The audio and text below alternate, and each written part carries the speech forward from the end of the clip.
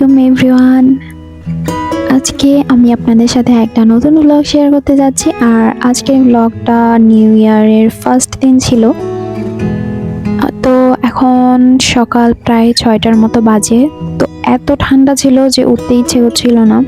হাত একদম মনে হচ্ছে কুঁচকায় গেছে, এরকম টাইপের একটা ব্যাপার। তো মানে লেপের মধ্যে থেকে বের হলে মনে হচ্ছিল যে একদম ঠান্ডায় মনে হয় মরেই যাবো, এরকম একটা অবস্থা। তারপরে ঘুম থেকে উঠে ফ্রেশ হয়ে আমি এখানে অল্প একটু কালো জিরা খেয়ে নিয়েছিলাম। তারপর আমি একটু কফি খাওয়ার জন্য পানি গরম করতে বসিয়ে দিলাম।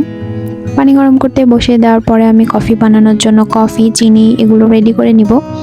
তো তারপরে এখানে আমি অপেক্ষা করতেছিলাম কখন পানিটা একটু গরম হবে কফি খাওয়ার জন্য। আর বেশিক্ষণ ওয়েট করতে পারতেছিলাম না।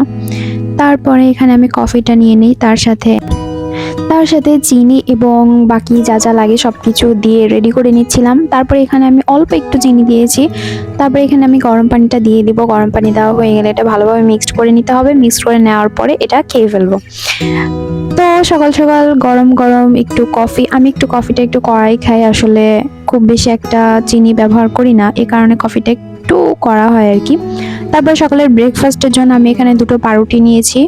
আর এটার সঙ্গে থাকবে কিছু বাদাম, খেজুর, আর থাকবে হচ্ছে একটা ডিম। আর কিছু ভাবছিলাম আজকে সবজি টবজি কিছু একটা ভাজি করা যায় কিনা। তো সেজন্য আমি তখন ভাবলাম একটু ফুলকপি আর গাজরটা সেদ্ধ দিয়ে নিই। সেটা সেদ্ধ দিয়ে আমি হালকা একটু তেলে ভেজে নেব, তাহলে এটা খেতে আরও বেশি মজা হয়। তো পাউরুটিগুলো আমি মাছ বরাবর ছোট ছোট পিস করে কেটে নিয়ে তারপরে সেটা হালকা করে একটু গরম করে নিয়েছি। তারপরে এখানে আমি একটা ডিম ভেজে নিয়েছি। আর ডিমটা প্রথমে ভেবেছিলাম সেদ্ধ খাবো, তারপরে ভাবলাম পোচ খাই, তারপরে আবার মনে হলো যে না, একটু ভেজেই খাই।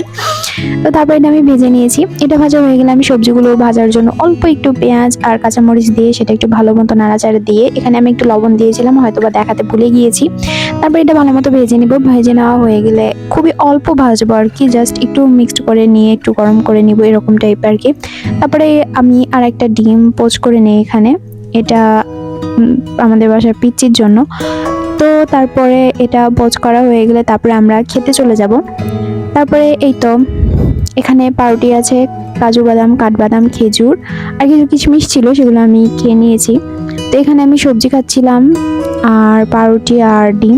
তো এখানে খেতে খেতে ক্যামেরাটা পড়ে গিয়েছিল। তারপরে এখানে আবার খাবার নিয়ে একটু যুদ্ধ শুরু হয়ে যায়, আপনারা সেটা দেখতেই পাবেন ভিডিওতে। তো বারবার সে পাউরুটি নিচ্ছিল আর রাখছিল, আবার সে আমাকে বলতেছিল। তারপর এখানে আমি চামচ দিয়ে খাচ্ছিলাম দেখে সেও বারবার বলতেছিল আমাকে একটা চামচ দাও, নাইলে ওই চামচটাই আমাকে দাও, ওটা দিয়ে আমি সবজি খাবো।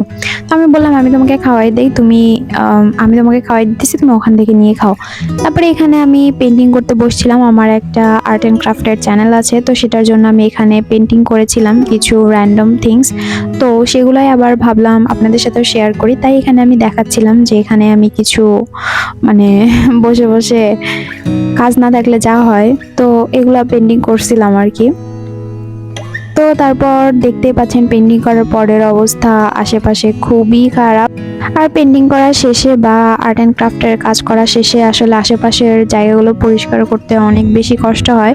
তখন আর মনে হয় যে একটু এনার্জি নাই, এনার্জি পাচ্ছি না, এরকম টাইপের একটা ব্যাপার। তারপরে চলে আসলাম একটু বাইরের আবহাওয়া খেতে, যে কি অবস্থা। তারপরে এখানে এসে দেখি যে না, অনেক বেলা হয়ে গেছে। তারপরে আমি ভাবলাম একটা পার্সেল ছিল আমার, তো এখানে কিছু চুলের জন্য তেল আর হেয়ার প্যাক অর্ডার করা ছিল। তো এটা আনপ্যাক করতেছিলাম, কারণ এটা আমি আজকে ইউজ করব। এটা অনেক দিন আগে আনা ছিল, কিন্তু আমি ভাবছিলাম যে অর্ডার করছি মনে হয় ভুল হয়েছে, এটা আর ইউজ করে কোনো কাজে টাজে দিবে না, এই কারণে আর ইউজ করি নাই পরে। তারপর হঠাৎ করে মনে হলো যে না, ইউজ করে দেখি একটু। তো এটা 2 বোতল ছিল, একটা 100 ml করে। আর এখানে একটা হেয়ার প্যাক ছিল। তো ফার্স্টে হচ্ছে তেলটা ইউজ করতে হয়, তেলটা ইউজ করার পরে তারপরে হচ্ছে ওভারনাইট রাখতে হয়, রেখে তারপরে দিনে হচ্ছে হেয়ার প্যাকটা ইউজ করতে হয়। তো এখানে আমি একটা করতেছিলাম যে আমি হেয়ার প্যাকটা সকালের দিকে ইউজ করে সরি, আসলে আমি তেলটা আগে ইউজ করে তারপরে আমি রান্না বান্না শেষ করে এসে তারপরে হেয়ার প্যাকটা ইউজ করব, এটা ভেবেছিলাম আর কি। তো যেই ভাবা সেই কাজ, তারপরে আমি তেলটা চুলে লাগাতে শুরু করে দেই।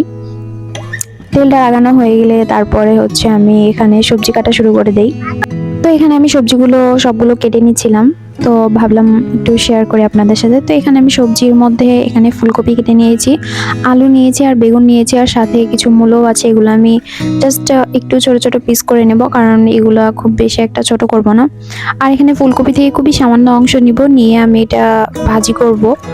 আর এখানে পেঁয়াজ আর কাঁচামরিচ আছে, এগুলো একটু পেঁয়াজগুলো কুচিয়ে নেব আর সাথে কাঁচামরিচগুলোও কেটে নেব।